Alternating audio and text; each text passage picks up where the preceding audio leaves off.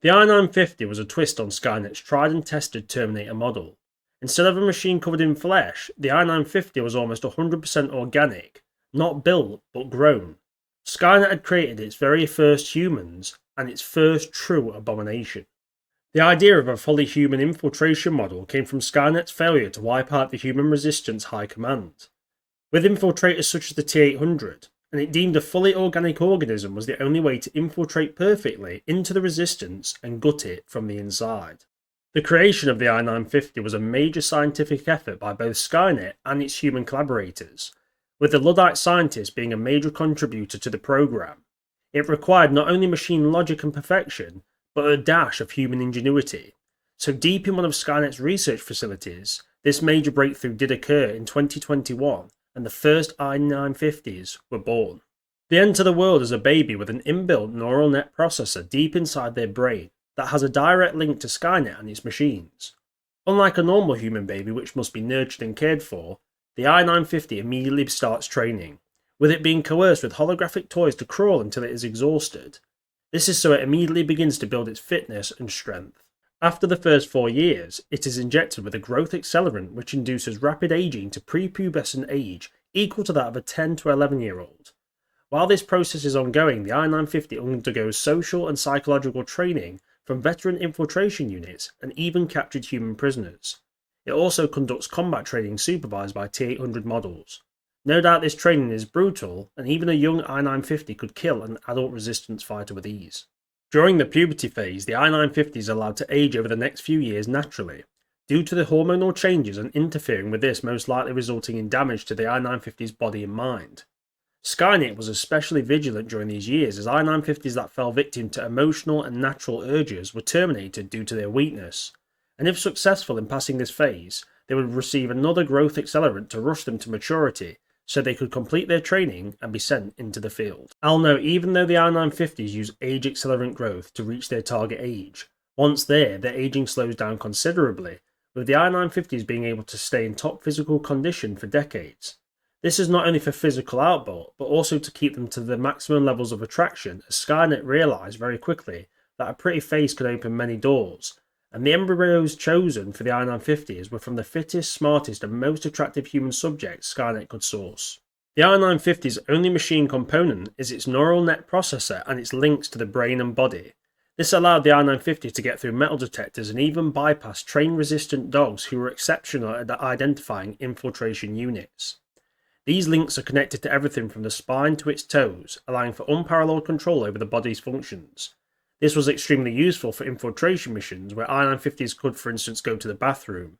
This may not seem revolutionary to us, but for the I-950 it allowed it to blend in perfectly with humanity, as who would believe Skynet would make a fully organic Terminator that needs to take a pee? It seems illogical, yet here we are. The I-950 could also use this control to change its voice, yet its appearance would stay the same. This had limited use but still could be used when impersonating someone over communications equipment such as radios or phones, or even through a resistance bunker door repeating a resistance soldier's code and once the door is open, fighting their way to the target. And even though the I-950 was human, it had some edge in terms of sensors thanks to the neural net implant, with it being able to access a heads-up display similar to that of the T-800s. This would appear only when the I-950 needed it, and would display the data visually to help with whatever task was necessary. This could be in combat, such as night vision, for nighttime operations, or even helping with sorting information, giving the I-950 genius-level intelligence. Like most advanced Terminator models, the neural net processor gave access to huge amounts of data. This ranged from combat tactics to emotional analysis, and allowed the I-950 to have many skills pre-programmed into it. This combined with increased growth gave Skynet a fully grown human with experiences and expertise of a lifetime in a matter of years. The I-950 had a huge advantage over previous infiltration models in the fact that it actually felt emotions. This was an odd choice by Skynet as it brings massive potential issues with it, such as an I-950 going rogue or even becoming attached to a human subject. Skynet did try to limit these negative effects with the cybernetic implant, but the emotions could influence the 950's brain more than Skynet would like to admit. But it was necessary, as it now had a soldier that could not only kill but could laugh, cry and even feel empathy. This allowed the I-950 to trick even the most aware resistance fighters. It truly was humanity's worst nightmare. This wasn't a machine, it was in a sense an upgraded human, Skynet had made its own parallel version of humanity that was better in every sense. Though we did see some sinister outcomes with I-950s becoming increasingly psychotic, taking a pleasure in manipulation and killing, in the sense they regularly went down the serial killer path. And even though very focused on the mission and loyal to Skynet, certain behaviours would be indulged. This could be anything from a shopping binge and being very materialistic, or to the other end of the scale, torturing and killing someone in the most horrific ways imaginable.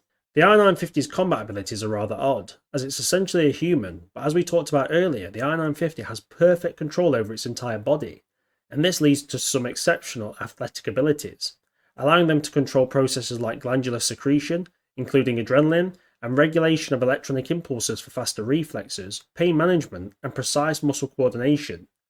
They can also manipulate internal functions such as boosting white blood cell production to strategically manage the effects of illness, infection, and fever, optimizing their ability to infiltrate. Their musculature is enhanced through the subtle adjustments in attachment points and increased joint flexibility, granting them superior strength and mobility that surpasses even the most athletic humans' capabilities when needed.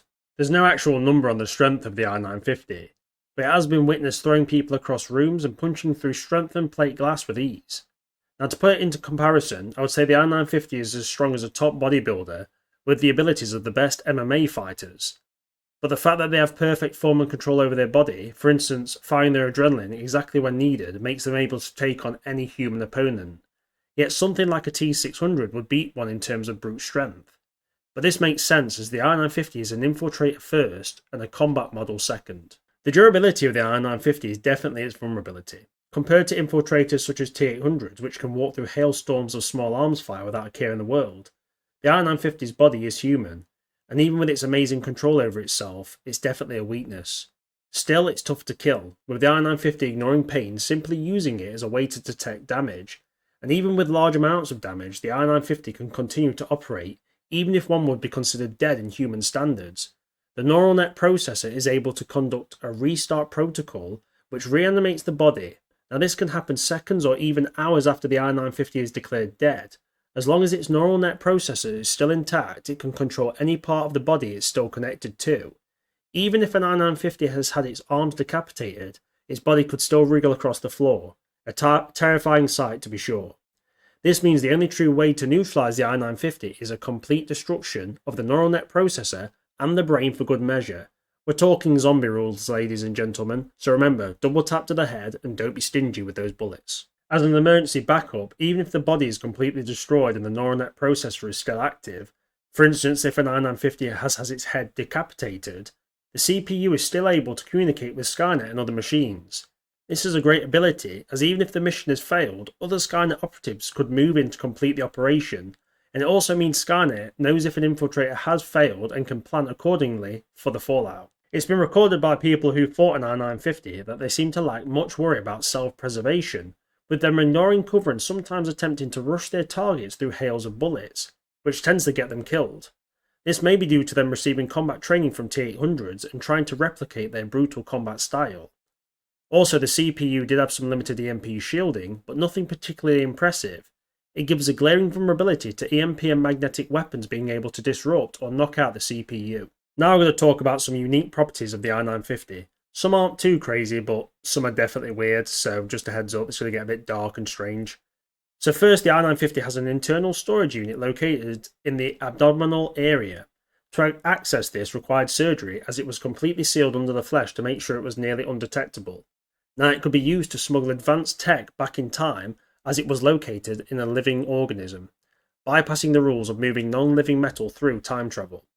Another great use was to place a powerful bomb in this area, so if an I-950 was unable to achieve its mission, it could detonate itself in a suicidal attack, normally killing any potential targets, but also hiding its existence to the resistance, meaning they knew nothing about the I-950 and future models will have the element of surprise.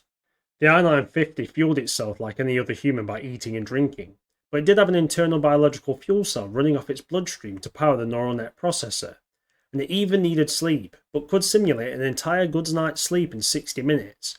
This wasn't to be used often, as it would cause the I-950's human brain to feel the effect of lack of sleep, and would impact its overall performance. This next bit is very odd, so you've been warned. The I-950 possesses a fully functional reproductive system. Though it is infertile with the normal humans, it can achieve self-reproduction through parthenogenesis by using a specially prepared chemical douche at the correct point in its cycle. The I-950 can induce a pregnancy and create a genetically identical clone. This process takes about 8 weeks. The necessary material for synthesizing additional growth hormones are sourced from the I-950's own blood and tissue. If the I-950 determines that carrying a pregnancy would hinder its operations, it can extract the embryo and implant it into human surrogates that is held captive. While the embryo remains in the early stages, the I-950 can also initiate rapid cellular division, creating multiple clones simultaneously, provided there are enough surrogates available. If the surrogate manages to endure the stresses of the accelerated gestation, they are kept for a few weeks to nurse the clones before they are terminated. There were other attempts at organic operatives. One was the I-950 Hybrid Soldier program. This was very different from the I-950, as it was an actual modification of fully grown adults. Usually the candidates were resistance defectors or captives that would be implemented with various cybernetic modifications. This increased all aspects of the mind and body, making them far superior to normal humans, and Skynet used the pain centers of the brain to keep the hybrid soldiers from disobeying. If they did, excruciating pain of unimaginable levels would riddle their body until they complied, or they were left screaming until they eventually died of lack of water. To me, the I-950 represents a truly horrid path in Skynet's research and development, and the fact that they can produce clones means this could lead to a new humanity that would most likely outlast the original humans and Skynet, and with its near-perfect intelligence and physical ability by human standards, means any civilization it could produce would be superior to ours in every way. Anyway, this has been an interesting video and quite a terrifying one. Hope you've enjoyed it. And as always, guys, you have a beautiful evening.